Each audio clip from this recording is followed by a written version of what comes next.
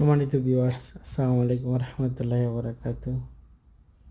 আমার আসলে দীর্ঘদিন অভিজ্ঞতা থেকে একটা কিছু বলতে ইচ্ছে করছে।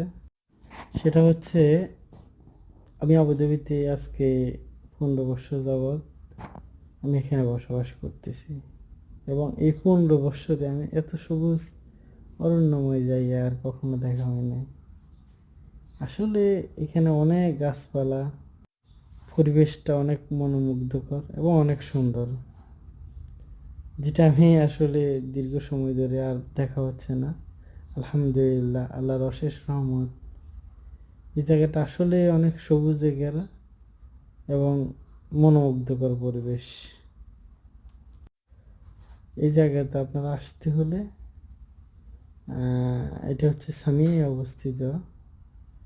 শামা এবং শামকার পরে, সামহার পরে এটা সামিয়াতে অবস্থিত। মাশাআল্লাহ, অনেক সুন্দর এক জায়গা। এটা এইখানকার এখানকার ফার্ম বা মাজরা বলা হয়।